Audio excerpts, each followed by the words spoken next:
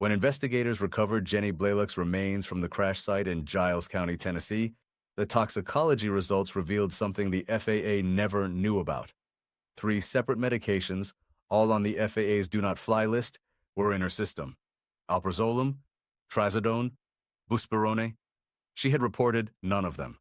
On her most recent FAA medical application, the only medication she disclosed was a seasonal allergy spray, and on the morning of December 7th, 2023, she climbed into the cockpit of a high-performance aircraft she had been repeatedly warned she couldn't handle, with her 78-year-old father in the seat beside her. Neither of them would survive the next 2 hours. The FAA's entire medical certification system is built on one simple premise: honesty. Pilots self-report their conditions and their medications.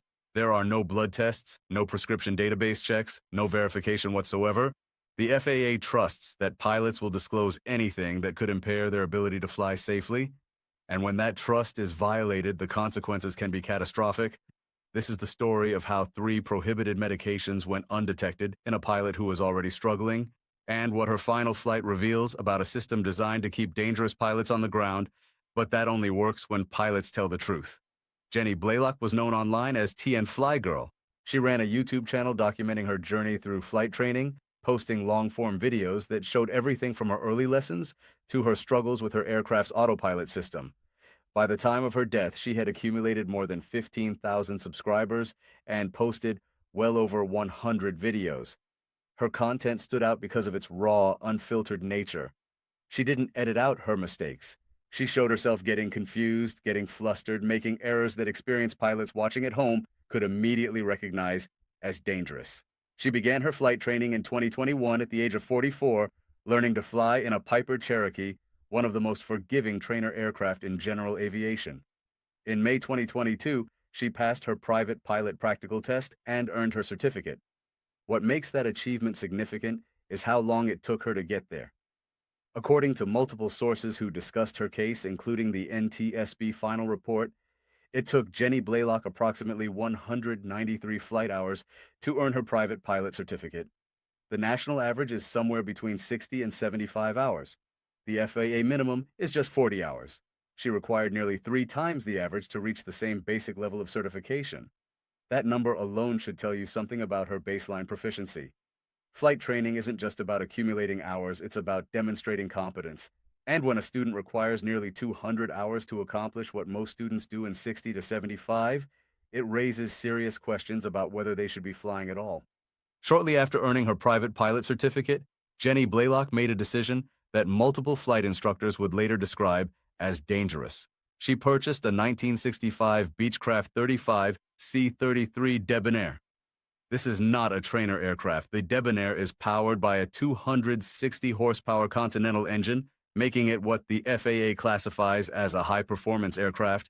It cruises at speed significantly faster than the Cherokee she trained in. It handles differently, it responds differently, and critically, it was equipped with a Century 2000 autopilot system that required manual trim adjustments, a feature that would prove central to her final flight. The decision to purchase the Debonair was questioned by her instructors almost immediately. According to the NTSB report, one of her flight instructors explicitly told her that the aircraft was beyond her level of pilot proficiency. Another instructor stated that she leaned on technology too much and did not have solid stick and rudder flying skills. A third noted that she demonstrated poor manual aircraft handling and struggled with cockpit automation, including autopilot and trim use. These weren't vague concerns. These were specific, documented observations from certified flight instructors who flew with her regularly. They watched her struggle with basic tasks. They saw her get confused about which direction to trim the aircraft.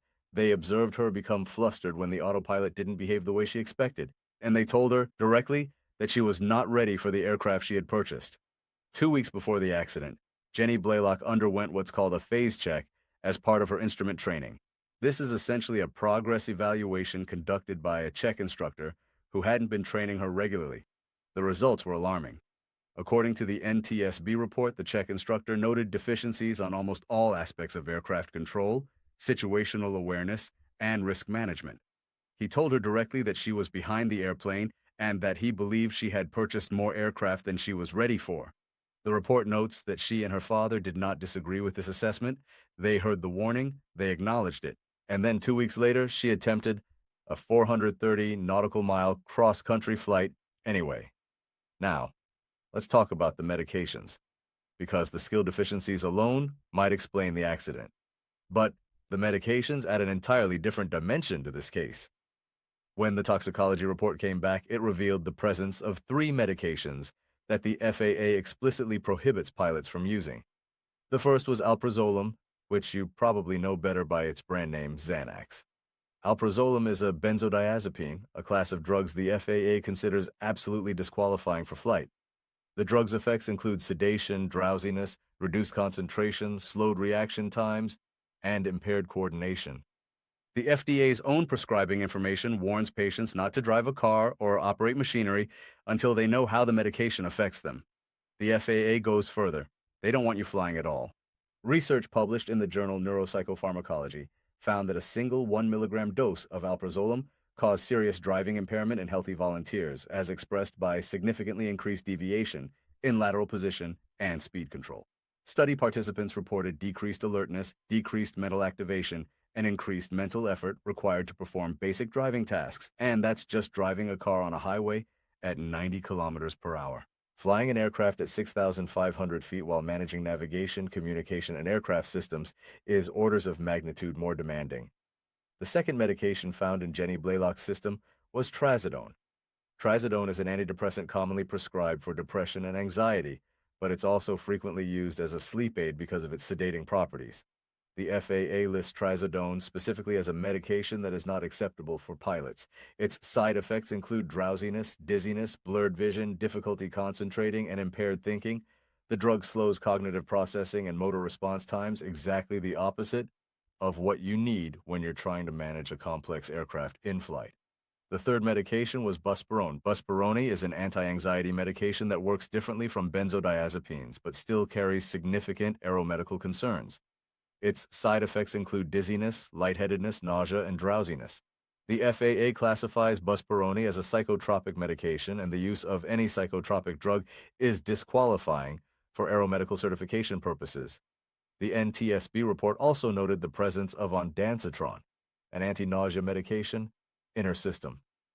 While ondansetron itself isn't as severely restricted as the other 3, its presence raises questions about what underlying condition she was treating.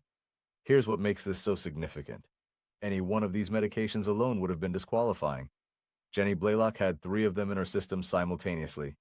3 central nervous system depressants, all of which can cause sedation, cognitive impairment, and slowed reaction times. The combined effect of taking multiple CNS depressants is not additive, it's synergistic. The impairment stacks, and she was attempting to fly a high-performance aircraft that she had already demonstrated she struggled to control without chemical impairment. Now, you might be wondering how this happens. How does a pilot end up flying with 3 prohibited medications that the FAA never knew about? The answer is disturbingly simple. The FAA medical certification system is built entirely on self-reporting. When you apply for an FAA medical certificate, you fill out a form called the MedExpress application. This form asks you to disclose any medical conditions you have, any medications you're currently taking, and any history of certain disqualifying conditions. You then visit an aviation medical examiner, a doctor authorized by the FAA to conduct flight physicals. The AME performs a basic examination, reviews your form, and issues your medical certificate if everything appears to be in order. But here's the critical flaw. There is no prescription database check, there is no verification with your pharmacy, there is no cross-reference with insurance records or medical billing. The FAA has no way of knowing what medications you're actually taking unless you tell them. The entire system assumes pilots will be honest about their medical histories and current prescriptions. According to the NTSB report, Jenny Blaylock's most recent FAA medical application listed only 1 medication, oxymetazoline, a nasal decongestant spray commonly used for seasonal allergies. 3 FAA prohibited psychiatric medications went undisclosed, and because the FAA has no mechanism to independently verify medication use, nobody caught it. This isn't a unique problem. Pilots have been hiding medications from the FAA for as long as the self-reporting system has existed. Some do it because they fear losing their medical certificate and their ability to fly. Some do it because they don't understand which medications are prohibited. Some do it because they simply don't believe the medications affect their ability to fly safely. But whatever the reason, the result is the same. Pilots flying impaired without anyone in the regulatory system knowing about it. The FAA's guidance on this is unambiguous. The Guide for Aviation Medical Examiners states that the use of a psychotropic drug is disqualifying for aeromedical certification purposes. This includes all sedatives, tranquilizers, antipsychotic drugs, antidepressant drugs, analeptics, anxiolytics, and hallucinogens. Alprazolam is an anxiolytic. Trazodone is an antidepressant. Buspirone is an anxiolytic. All three fall squarely within the prohibited categories. The FAA's Do Not Issue guidance tells aviation medical examiners to defer certification for any applicant using psychiatric or psychotropic medications, including, but not limited to, antidepressants, even when used for something other than a mental health condition. The document explicitly warns that these medications may cause sedation or drowsiness, impairing cognitive function, and seriously degrading pilot performance. It notes that impairment can occur even when the individual feels alert and is apparently functioning normally. The pilot can be unaware of impairment. That last line is crucial. You don't have to feel impaired to be impaired. The drugs can degrade your performance without you realizing it's happening. You might feel fine, you might think you're flying normally, but your reaction times are slower, your decision-making is compromised, and your ability to respond to an emergency is diminished. Now let's talk about what happened on December 7th, 2023. Jenny Blaylock and her 78-year-old father departed from Knoxville Downtown Airport at approximately 9:45 a.m. local time. Their destination was Saline County Regional Airport in Benton, Arkansas, a distance of roughly 430 nautical miles. The purpose of the flight was to have avionics work performed on the aircraft. The weather that morning was good, clear skies, light winds, visual flight rules conditions along the entire route. This should have been a straightforward cross-country flight. The early portion of the flight was unremarkable. The aircraft climbed to 2,500 feet, then continued to its cruising altitude of 6,500 feet. Communications with air traffic control were normal. The aircraft's heading was stable. Based on the flight data, the NTSB concluded that Jenny Blaylock was likely using the autopilot to maintain altitude and heading during the cruise portion of the flight. Then around 10:20 a.m., something changed. The aircraft began a series of altitude oscillations. At first, the deviations were minor, fluctuations of a few hundred feet, but over the next several minutes, they became increasingly severe. The airplane was climbing and descending in an irregular pattern, unable to hold a steady altitude for any significant period. By 10:30 a.m., the oscillations had become pronounced. The aircraft's altitude was swinging up and down by as much as 1,500 feet. Airspeed was fluctuating wildly, ranging from approximately 100 knots to 160 knots and back again. Something was seriously wrong. At 10:36 a.m., an air traffic controller noticed that the aircraft was significantly off course and contacted Jenny Blaylock. The controller advised her that she was well left, of course. She acknowledged the transmission and indicated she was correcting, but the correction that followed was small and the flight remained significantly off course. The oscillations continued. For the next 25 minutes, the aircraft continued its erratic behavior. Climbing, descending, speeding up, slowing down, all without any apparent pilot input that could explain the pattern. According to the NTSB analysis, the vertical profile was consistent with pilot-induced oscillations, a phenomenon that occurs when a pilot's control inputs conflict with the autopilot's attempts to maintain altitude. The Century 2000 autopilot installed in Jenny Blaylock's Debonair required manual trim adjustment. Unlike more modern autopilots that include electric trim, this system expected the pilot to physically adjust the trim wheel to coordinate with the autopilot's commands. If the trim is set incorrectly, the autopilot has to work harder to maintain altitude using servo pressure to hold the aircraft level. If the pilot then grabs the yoke and applies force in a direction that conflicts with what the autopilot is doing, the system can enter a dangerous oscillation cycle. Multiple instructors who had flown with Jenny Blaylock specifically noted her confusion about trim direction. They described instances where she would manually adjust the trim in the wrong direction when the autopilot wasn't behaving as expected. One instructor told the NTSB that she would get flustered when the autopilot wasn't happy, and her response was to disconnect it and fly manually. But if the aircraft was severely out of trim when she disconnected the autopilot, she would find herself fighting against forces she couldn't overcome. At approximately 11:01 a.m., The aircraft climbed from about 4,500 feet to over 6,000 feet and simultaneously slowed down. An air traffic controller attempted to contact Jenny Blaylock twice. There was no response. Then, at 11:03 a.m., the controller received a faint transmission, a voice reporting an emergency. The aircraft was descending at a rate of roughly 2,000 feet per minute. Approximately 60 seconds later, another transmission came through. This time, it was a male voice, presumably Jenny Blaylock's father. The words were brief and desperate. "Oh, help us." That was the final transmission from the aircraft. The descent rate continued to increase. A DSB data showed the aircraft accelerating downward, eventually exceeding 10,000 feet per minute in its final moments. The ground speed at impact was approximately 228 knots, or roughly 265 miles per hour. When the aircraft struck terrain on a farm near Diana Road in Giles County, the impact was catastrophic. Both occupants were killed instantly. The aircraft was destroyed. The NTSB's probable cause finding was straightforward. The pilot's failure to maintain airplane control, which resulted in pilot-induced oscillations and a subsequent loss of control and impact with terrain. But the report didn't stop there. The NTSB addressed the medication issue directly. The report stated that the pilot may have been experiencing impairing effects of medication use or an associated underlying condition at the time of the accident, and such effects may have diminished her ability to render effective control inputs. However, the NTSB also noted a critical limitation.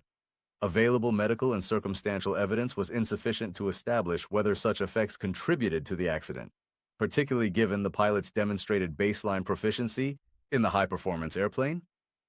That last phrase is important. Demonstrated baseline proficiency. The NTSB was acknowledging what the flight instructors had documented extensively. Even without the medications, Jenny Blaylock struggled to fly the Debonair safely. Her baseline skill level was already a problem. The medications may have made it worse, but they weren't necessarily the primary cause. She was already operating at the edge of her abilities in an aircraft that exceeded her capabilities. This raises a troubling question. If the medications weren't the primary cause, does that mean the FAA's prohibition system failed? And the answer is complex. The medications may have reduced whatever margin of safety she had remaining. A pilot who is already struggling will struggle more when cognitively impaired. The difference between barely maintaining control and losing control entirely might be the delayed reaction time or the foggy thinking that comes with 3 CNS depressants in your bloodstream. We can't know for certain what Jenny Blaylock experienced in those final 25 minutes. We can't know if the sedating effects of alprazolam slowed her recognition that something was wrong. We can't know if the cognitive dulling from trazodone made it harder for her to diagnose the problem. We can't know if the dizziness that buspirone can cause contributed to her spatial disorientation. What we do know is that she was flying with 3 medications that the FAA specifically prohibits because they impair pilot performance. We know that she did not disclose these medications to the FAA. We know that the self-reporting system gave her a valid medical certificate despite her regular use of disqualifying drugs, and we know that the flight ended with 2 people dead and an aircraft destroyed. The videos Jenny Blaylock posted to YouTube before the accident have largely been removed, taken down by her family in the aftermath of the crash. But those who watched them described a pattern that matches what the NTSB documented. A pilot who was constantly behind the airplane, a pilot who relied heavily on technology she didn't fully understand, a pilot who made basic errors and didn't seem to recognize them as errors, a pilot who kept flying despite accumulating evidence that she wasn't ready. Robert Katz, a commercial pilot and flight instructor with 44 years of experience, reviewed the NTSB report and some of the remaining footage. His assessment was blunt. There's no surprises here in what is required of a pilot, and yet I'm seeing videos of her where she didn't understand some of the most fundamental systems in these airplanes. When asked about the medications, he was equally direct. When I read about these 3 do not fly, do not issue medications she's taking, that is a huge red flag.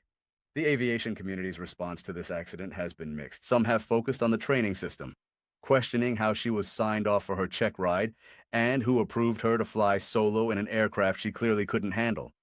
Others have focused on the medical system, asking how 3 prohibited medications went undetected for what appears to have been an extended period. But perhaps the most troubling aspect of this case is how preventable it was. The warning signs were everywhere. Multiple flight instructors documented their concerns.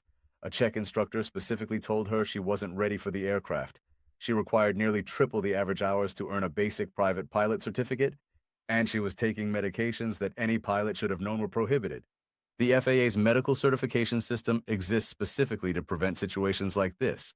The Do Not Fly list exists because certain medications are fundamentally incompatible with the demands of flying. The self-reporting requirement exists because the FAA recognizes that pilots know their own medical situations better than anyone else. But all of it only works if pilots tell the truth. Jenny Blaylock didn't tell the truth. She disclosed a nasal spray and hid 3 psychiatric medications. Whether that was intentional deception or a failure to understand the rules, the result was the same. She flew with chemical impairment that the FAA never knew about in an aircraft that exceeded her abilities, on a flight that ended in the deaths of 2 people. There are calls now for the FAA to implement some form of prescription verification to cross-reference pilot medical applications with pharmacy databases or insurance records. The technology exists. Some other countries already do this, but the FAA has historically resisted such measures, citing privacy concerns and the potential for pilots to avoid seeking medical treatment if they fear losing their certificates. That trade-off might have been acceptable when the risks were theoretical, but Jenny Blaylock's crash demonstrates what happens when the system fails. 2 people are dead, a family's destroyed, and the self-reporting system that was supposed to prevent this never had a chance to work because the pilot simply didn't report. The NTSB's final report runs 99 pages. It contains interviews with multiple flight instructors, detailed analysis of the flight data, toxicology findings, and the probable cause determination. It's a comprehensive document that leaves little doubt about what went wrong, but it can't bring back the 2 people who died, and it can't fix a system that relies on honesty from pilots who may have every incentive to be dishonest. If you're a pilot watching this, the lesson is obvious. The medications you take matter. The FAA's prohibitions exist for a reason. Alprazolam will impair your flying. Trazodone will impair your flying. Buspirone will impair your flying. And if you think you can hide these medications and fly safely anyway, you are gambling with your life and the lives of everyone who flies with you. If you're a passenger who flies with friends or family members who are private pilots, ask questions. Ask about their training, ask about their experience in the specific aircraft they're flying, ask about their medical certificate with you. You have every right to know whether the person responsible for your safety is actually qualified and fit to fly. And if you're someone who thinks the FAA's self-reporting system is adequate, consider what happened in Giles County, Tennessee on December 7th, 2023. Consider that 3 prohibited medications went undetected. Consider that a pilot with documented deficiencies was allowed to continue flying. Consider that 2 people died in a crash that might have been prevented if someone, anyone, had the ability to verify what the pilot was actually taking. The FAA system is built on trust. Jenny Blaylock violated that trust, and her father paid for it with his life. The investigation into this accident is complete. The probable cause has been determined. The report has been published, but the questions it raises about the FAA's medical certification system remain unanswered. How many other pilots are flying right now with prohibited medications in their systems? How many other pilots are hiding conditions that would disqualify them if disclosed? How many more accidents have to happen before the system changes? The aviation safety community has been discussing prescription verification systems for years. Countries like Australia and the United Kingdom have implemented various forms of medical record verification that the United States has not adopted. The technology to cross-reference prescription databases exists and is already used in other regulatory contexts. Insurance companies do it. Employers conducting drug screening do it. The FAA could do it if they chose to. The argument against implementation has always centered on privacy and the fear that pilots will avoid necessary medical treatment if they believe their prescription records will be scrutinized. This is a legitimate concern. Pilots who need medication for anxiety, depression, or other conditions might forego treatment rather than risk losing their certificates. That trade-off could lead to untreated mental health conditions in the cockpit, which presents its own set of risks. But the current system creates a different kind of risk. Pilots who are willing to lie on their medical applications face essentially no scrutiny. Unless they self-disclose or are caught through some other means, they can fly for years with disqualifying conditions or medications without anyone in the regulatory framework ever knowing. Jenny Blaylock appears to have done exactly that. The medications found in her system were not new prescriptions filled the week before the accident. The conditions being treated, anxiety and depression based on the drug types, were likely ongoing. She may have been flying with these medications in her system for months or even years, and the FAA had no mechanism to detect it. We may never know the answers because under the current system, that we have no way of finding out until another aircraft falls from the sky. If this case raises concerns about how we certify pilots to fly, or if you've seen other instances where the self-reporting system has failed, the conversation is just beginning. The FAA is listening, even if they're slow to act, and every voice that calls for verification, for accountability, for a system that actually protects passengers is a voice worth hearing. Jenny Blaylock's final flight lasted less than 2 hours. The investigation into what went wrong took more than a year. The lessons from this accident will take even longer to implement if they're implemented at all. But for the families affected, for the aviation community watching, and for everyone who trusts that the pilot at the controls is medically fit to fly, this case is a stark reminder of what's at stake when that trust is misplaced. 3 medications, none reported, 2 lives lost in a system that never had a chance to intervene.